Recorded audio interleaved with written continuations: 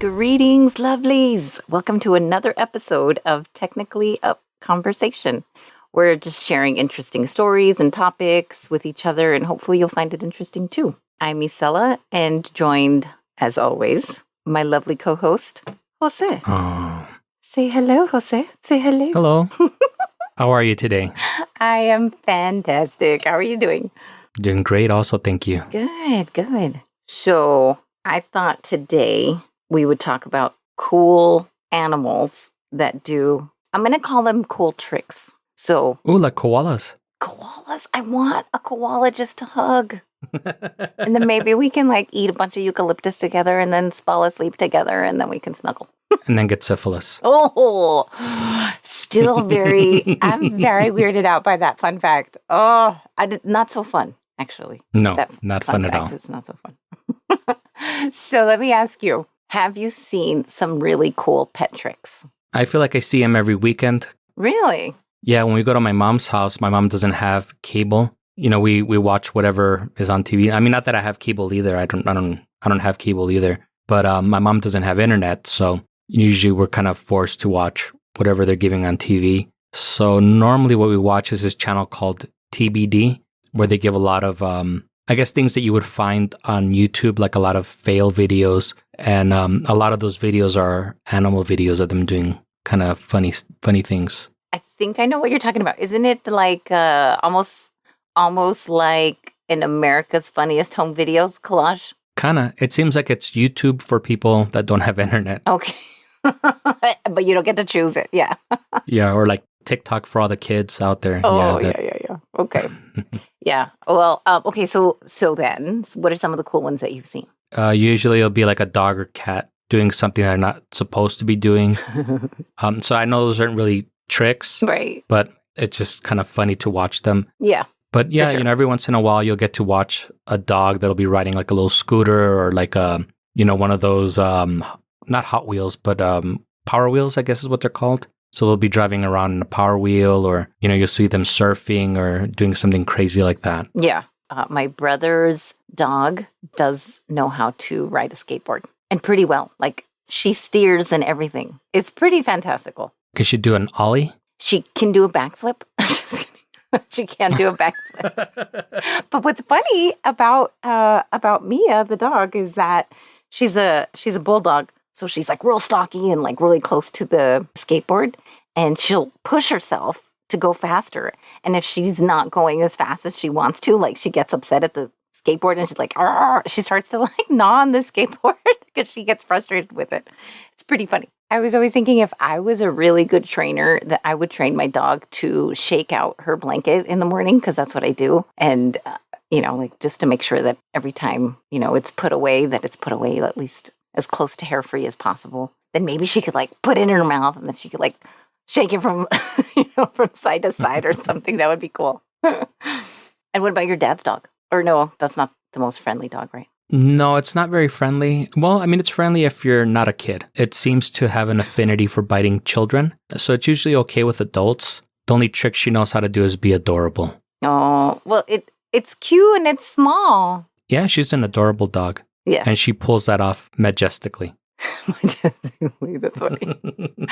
So today, what I'm going to share is what I've learned about two specific animals and how they help save lives. And I started reading just tons of articles just because it was so fun to read. And it was very inspiring to see how intelligent these animals are. So what we're going to dive into is how rats and dogs save lives.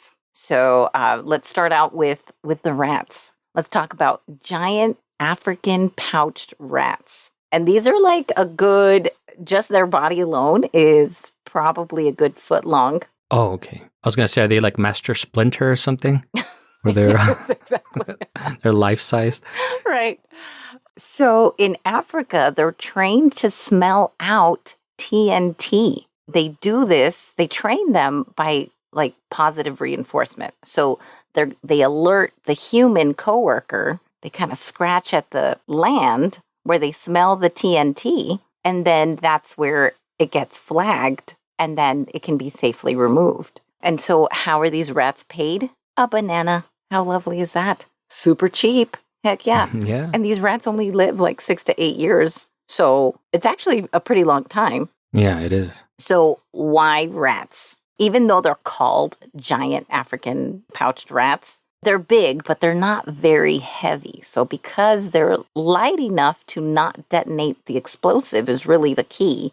And then the biggest reason that they trained rats is because they have terrible eyesight. So that means that their olfactory is incredible. As far as what their training looks like, there's this huge field. It's about 8,600 square feet, and it contains varying levels of complexity. Once they kind of get like the easy level down, then they graduate and they start leveling up, right? They start getting like harder and harder. So a rat gets cleared, it gets permitted to work once they have perfect accuracy. It has to be 100% every time. How many achievements do they have to unlock? I don't really know. I don't know how many. But it's got to be perfect. So I don't know. I guess infinite? I don't even know. I had actually heard about that. Really? I just didn't want to shit in your bowl of cereal or something. That's okay. I thought it was pretty fantastic. It is. It's super fascinating. Yeah. When I first heard about that, about the rats being used to find bombs and mines, I did hear that they use them because of the weight. But I guess I always kind of pictured them kind of little zip line. Yes. Kind of Mission Impossible style. Hovering above, just waiting to smell it. Exactly, yeah. That's so funny. That's the way that I pictured it in my mind. Right. I will actually go into what it looks like when they're truly clearing a field. Oh, cool. Yeah. Nice. That was a perfect segue. So we can I'll let you proceed with the rest of the story. No. I'm glad you told me that you found out about this because I thought this was pretty cool. I had not heard about it. So I'm glad that this is a shared fun fact. Yeah, no, I actually heard about it on another podcast a couple of years ago, and I thought it was super fascinating. I think they've been doing it, according to one of the websites, this nonprofit that has trained these rats. I want to say that it's been going on since 2015. So yeah, I can imagine that was a couple years old. So that makes sense. I guess it's better than the alternative of sending light children to go look for the mines. I don't think that was an alternative. That would be so awful. That would be so awful. So as I mentioned, of course, they have to have 100% accuracy to get cleared and go and work into the actual fields once they get out of training, which would make sense because they have so much writing on, on their work, on their performance. So what exactly does it look like when they're clearing a field? So if you can imagine a rectangle and it's basically almost think of like a football field. And there's two humans holding a string, let's say like a line. And on the line is clipped to a leash where the rat is tied to. And it can walk from one human to the other human handler. And while it's walking to the other one, it's smelling and it's searching out. And once it gets to the other human on that line, you just take a couple of steps forward and then it goes back to the other human. A couple steps forward until the whole field is cleared. So in a way, they are kind of zip lining, just not the way that I imagined it. It really is, yeah. What a fantastic imagination you have, yeah. My teachers used to tell me the same thing. That's funny. So I think what we should do in this particular one is maybe we can link the website of the nonprofit that I had researched because they also do show some pictures and some really neat videos and stuff like that. So we'll have that in the notes. Definitely. So as far as the comparison factor of how fast a rat works to how fast a human works, if a human was trying to clear an area of 200 square meters, that would normally take about 4 days. Oh, shit. Yeah. So let me ask you this. How long do you think a single rat would take to clear this area? 4 hours. It actually can clear that area in about 30 minutes. Oh, wow. I know. So they work really, really fast, which is really why they chose rats. They're so smart. They work super fast. And, they have 100%. They're super cute. And they're adorable. Well, now I see them differently. I don't. And this is a person who lived in New York City for a little while. So. Oh, yeah. So you're very familiar with rats. Oh, did you ever see the pizza rat? I did not see the pizza rat. No, I didn't. So after the rats work a minefield and they've cleared it, the teams, the human handlers, will actually play a game of soccer on that newly cleared field. So that's like the level of trust that they have to have with their rat colleagues. Do they use the rat as the ball or? Oh, that's mean. Yeah. Here, thanks. This is what you get. Here's the thanks you get. No. My mind goes to dark places. Very quickly, too. So last year, I thought it was pretty interesting that Britain gave its highest animal award to a rat, a very specific rat. The name was, I don't know if this is the correct pronunciation, forgive me if I'm wrong, Magawa received this highest award for sniffing out explosives. It was also trained by that nonprofit APOPO or APOPO. I don't know. I like APOPO. APOPO. Yeah, I like that one too. So the rats have such a fantastic olfactory and specifically this specific Magawa or however you pronounce him, his name or her name, actually, I don't even know if it's a him or a her, but this specific rat in 4 years helped give back 1.5 million square feet of land, which is pretty amazing. Mm-hmm, it is. Yeah, that's about the size of 20 soccer fields. He found 39 landmines. Oh, shit. And 28 other items that were not exploded yet. The reason why I mentioned that they give back land is people don't want to walk over this land or even try to harvest anything or try to develop it into anything productive because they're so afraid that there's something undetonated there. So once it gets cleared, now that they actually can use it for crops and, just any type of development. So it's a twofold type of benefit. Yeah, I totally don't blame them. I would not want to be anywhere near a field that has mines. Right. Yeah, the website showed these really awful, horrific images of one lady that had half of a leg just because she must have stepped on a mine. And it was just really, really awful. And according to that website of apopo.org, there's 60 countries that have hidden landmines. And they don't allow people to live there comfortably. They don't allow them to grow anything or even live where they should be living in the much better economically developed or even just for their own sake. They don't even have to sell any type of crop, but even just for themselves. And then I was watching another video and it said that 5 million mines were planted, I think back in like the 70s, and that it caused about 64,000 deaths and injuries. Damn, that's awful. Yeah. So it's pretty amazing that these little rats are like doing so much to save so many lives. I thought it was fantastic. So once they're done working, let's say it's a weekend, they have the weekend off. They're having a beer. Right. They do give them feasts. They do let them feast on the weekend. So they treat them really, really well. Not to the point of getting super heavy, right? Because you don't want them to detonate anything.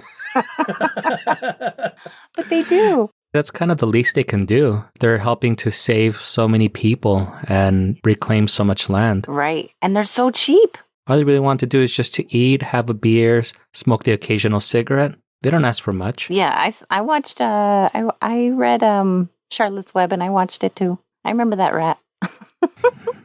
Once they're starting to age out, they do go into a rat retirement. That is a real thing.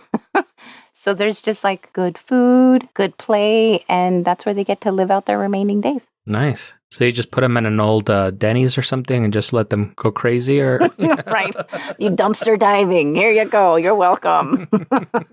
But yeah, so the nonprofit CEO of Apopo, he was saying that they actually hope to have all these mines cleared in the next 5 to 10 years, which is, I think that's pretty fantastic. Nobody was doing anything before this. That's super amazing. And how brilliant, though, to think of that. I completely agree. And I didn't know that they have bad eyesight, which enhances. I know that once you lose one sense, then another sense gets heightened. But I didn't know that they have bad eyesight, which is why they have such a good sense of smell. Well, I'm pretty much blind without my glasses. And I can tell you my sense of smell is not great either. So oh, no. I think I'm screwed. Yeah.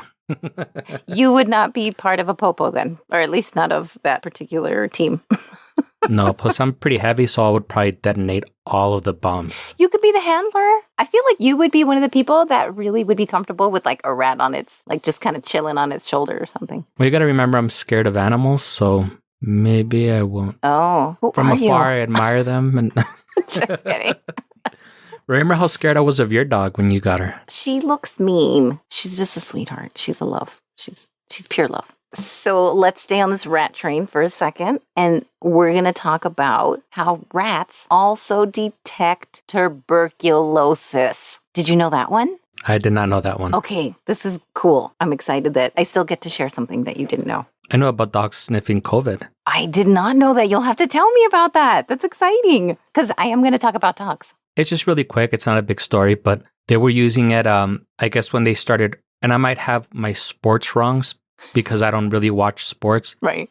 But I want to say when it was the NBA playoffs last year that they were going to start allowing people to come in, they had dogs that were sniffing out people that, I guess COVID has a certain odor. So they would have the dogs sniff them out, and the ones that they would identify as probably having COVID, they would administer the test on them. And if it still came out positive, then they weren't allowed in. And that's why the NBA bubble is very successful as far as sporting events go. So I guess it was NBA because I do remember hearing about NBA bubble a lot. Yes. Yeah. They definitely played in a bubble last year.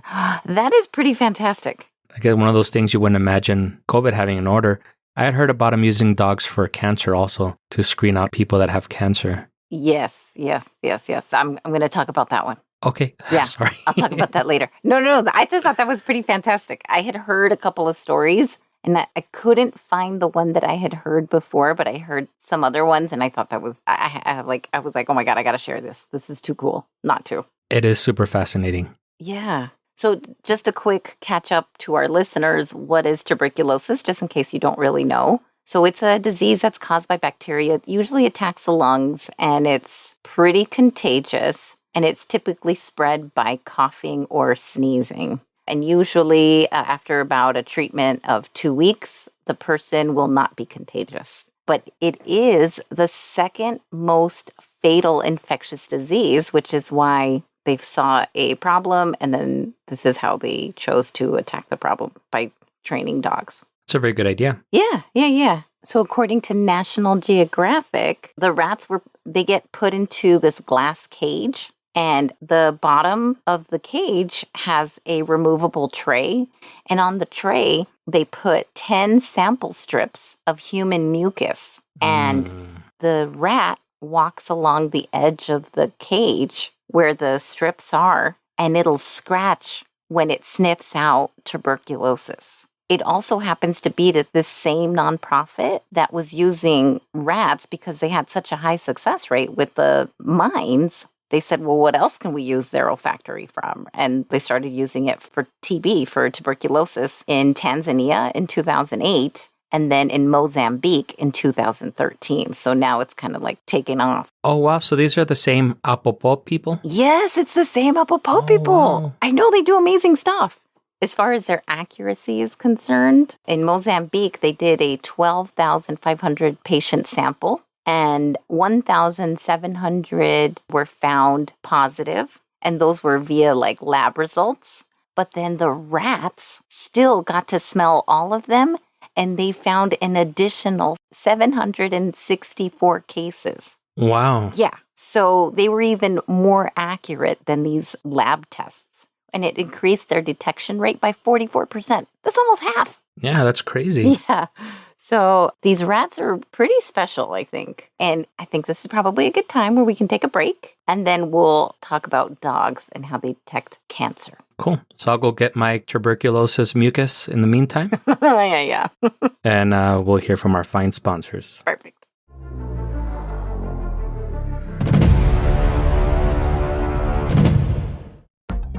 Starting out your day on the right foot is crucial to ensure you have a great day, and CC Jitters is here to make sure that day stays great.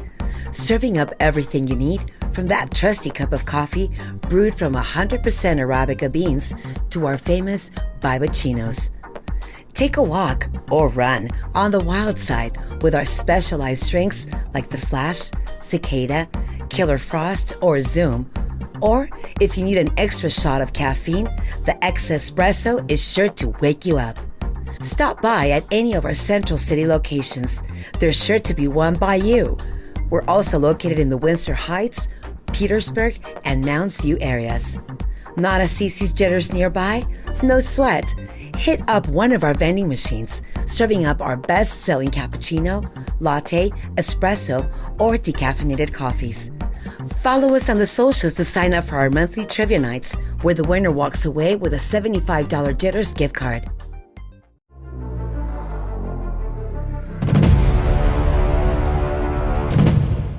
Hey, we should sign up for that trivia night. Dude. I feel between you and I, we could probably beat it. Especially now that we're doing all this, extra Research? Learning. Are you kidding me? We're going to blow them away. Watch out, bastards. Yeah, definitely. Especially it's kind of hot right now. Get a Killer Frost. Oh my God. Right. They're so good. That cicada, not quite my bag, but I'm sure there's some other stuff. I would totally take that gift. I would totally take that gift card anytime. Yeah. Let's do it. So how was your break? You got all your human mucus samples ready? Yeah, I already have them lined up and ready for a rat to inspect them and just double check I don't have tuberculosis. That's so funny. I think you're pretty safe because you haven't really been out into the wild and mixing with a bunch of people. I think we're still kind of quarantining. Yeah, I quarantined before the pandemic, so I feel like I was extra lucky. Yeah. I agree with that. I think my mom was the one who really kind of also lived that life, kind of gave us a practice run through before that whole thing happened. But her excuses was always like, "Oh no, it's too hot," or "Oh, it's too windy." "Oh, it's too cold. No, I can't go outside." It was always something. So we were just never out. Or bring your mom back a Killer Frost. That'll refresh her for sure. She would totally love it, I think. Who are we kidding? She'd love anything. Yeah. She's always like, "This is great." I love it. I love how grateful she is. All right. That's awesome. Before our break, we were talking about how now we're going to dive into the wonderful world of dogs. We already know how fantastic they are. I know you're afraid of some of them or most of them. Most dogs. Okay. About 90%. That means 10%. There's still a little sliver of hope that you'll eventually grow and like more and more and more. So this information was taken from the American Kennel Club website. Proud member. I'm not a member. Are you part of that club? So it turns out that cancer does have a specific smell. And then even in the later stages, a human nose can detect it. I didn't know that. Did you know that? I did not. I did not know that either. But yeah, apparently a human nose can detect it if it's in the later stages of cancer. And as far as a dog's nose is concerned, they have about 10,000 to 100,000 times better sense of smell than a human's nose. To put that in terms of olfactory receptors, dogs have 220 million olfactory receptors, and humans only have about 5 million. How many is that in metric units? And we really got to get on that metric units. Darn. So, but because they have exponentially more, it means that they can smell cancer in the much earlier stages, which is key for detection, obviously. So there's a different nonprofit that have trained 52 dogs to detect cancer. And they do this by this 8-month training period. And it's all types of dogs. It's not like, so for the case of the rats, it was all like giant African pouched rats. And for these 52 dogs, it was just a smorgasbord of all kinds of breeds and mutts, which I think is fantastic. People are always really heavy on purebred this, purebred that. Like, that's fine and great, but hey, mutts are just as great. Yeah. So these 52 dogs went through this training and they smelled 300 samples of urine, of breaths, of saliva, and plasma. And they were working with research teams at a specific hospital. And then they were finally able to get on a hospital-backed project that uses canines to detect cancer, now for the first public program. This particular program was aimed for firefighters in California, which I thought was really nice because they're especially at high risk for developing cancer since they're exposed to so many toxins in the fires. And most of them are volunteers too, so they probably don't have the best health care. Right. And especially with all the wildfires that are going on. You know what I mean? Yeah. I thought that was pretty awesome that now they're finally being able to be used in like a first public program. Have they mentioned anything about training humans to find cancer in dogs? I don't think they have, but I would say probably vets would be a good start with that one.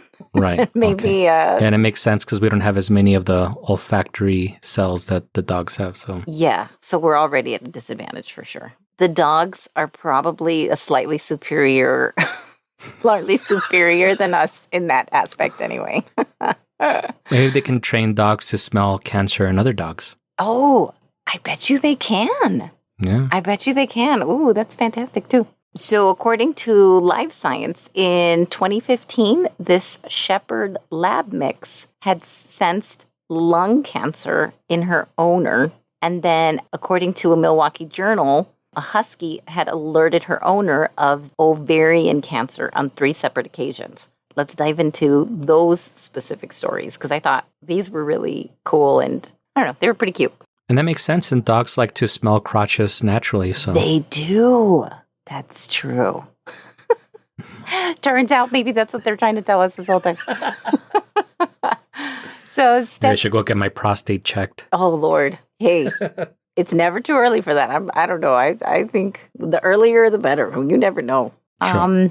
Stephanie Herfel, hopefully I'm pronouncing her last name right. So she actually didn't choose her husky dog named Sierra. She kind of inherited him in 2011 when her son went off to the Air Force. So a couple of years later in 2013, she had started experiencing a lot of pain and a lot of bloating in her lower abdomen. So she went to the ER and the doctors there told her that, yes, it was something there, but it was benign. It was a benign tumor, don't worry. But the dog, Sierra, kept smelling her belly so much that Stephanie was convinced that she had spilled some kind of food on her shirt. Like she was like, oh my God, like get off me. Like what the heck are you smelling?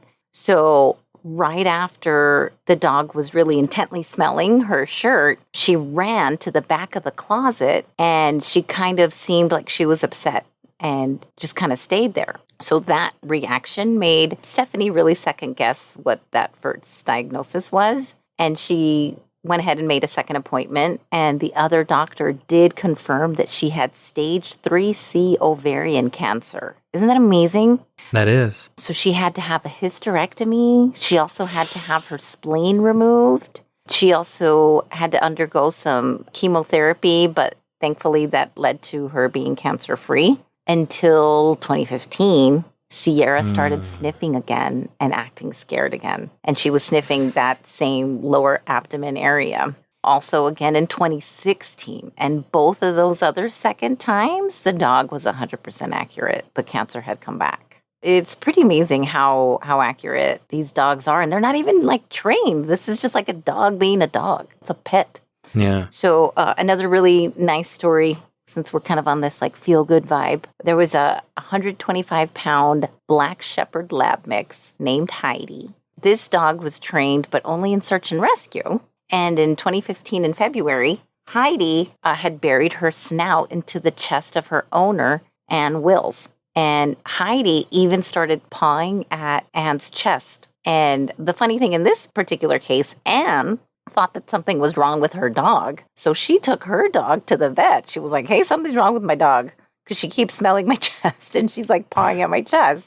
The vet, of course, was like, okay, well, let's check her out. And everything was fine. So the dog still kind of continued to do that. So then she thought, oh, shoot. Well, if the dog is okay, then maybe she was trying to tell me something. I think that was kind of like the thought process. So she decided to get herself checked out. And a CT scan showed spots on her chest, which were actually the cancerous tumors in her lungs. Originally, I thought you were going to say that when she went to go get checked out, they told her, yeah, your dog is actually those dogs that they used to find cadavers, and you're dying inside. Oh my gosh, that's really dark. Something's wrong with you. I tell you, my mind. Yeah, my mind goes there. Just kidding.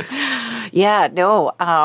I think now a dog smelling anything on me is really going to get my mind really going. It's going to start racing. Like, oh my God, it was really smelling my knee. I have cancer of the patella or something. I don't know. I don't know it. You know what I mean? It's going to get me like freaked out. No, yeah, definitely. Yeah. So those were just two of the cool stories that I found about dogs sniffing out cancer, but I thought it was pretty fantastic. So you said you also knew about a story, or you just knew that they sniffed out cancer? Yeah, I had heard on the news that they were using dogs to sniff out cancer. Unfortunately, I don't have like a particular story to share, but I had heard about that.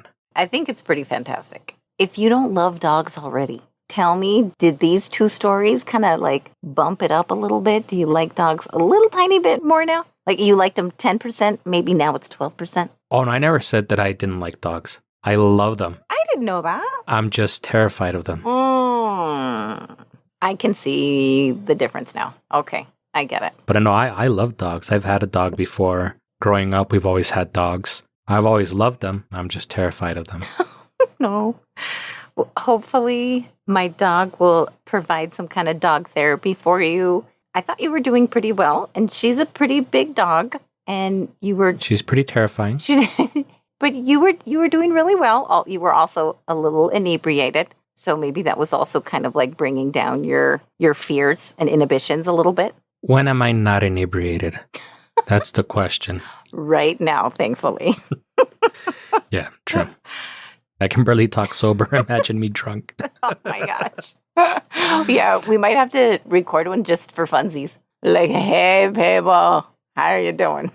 I actually have an idea for you. We'll talk about it off the air, though. This is going to be funny. I can already sense it. Okay. So this brings the end of our learning session, but as a quick side bonus, I know a while back we had also talked about dolphins and how they get high. If you don't know about that one, go back to one of our very first episodes. I'm sure we talk about that somewhere.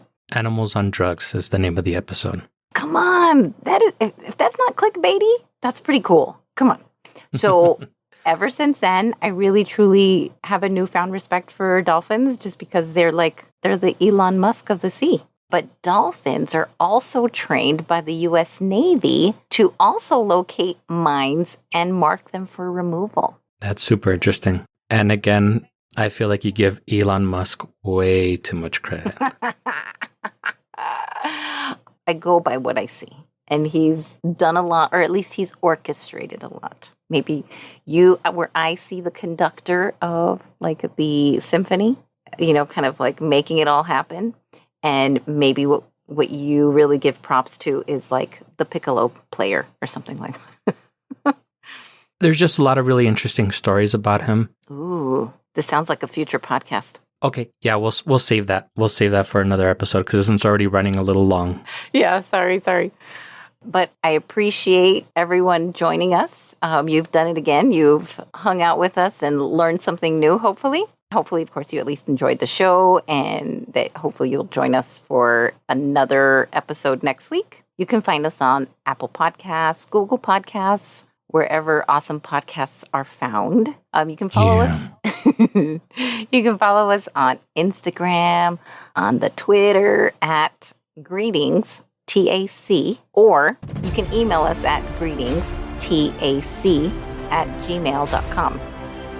My favorite, still, you can leave us a voicemail at 915-317-6669 if you have a fun story to share with us. Yeah. Have a wonderful day. Good night.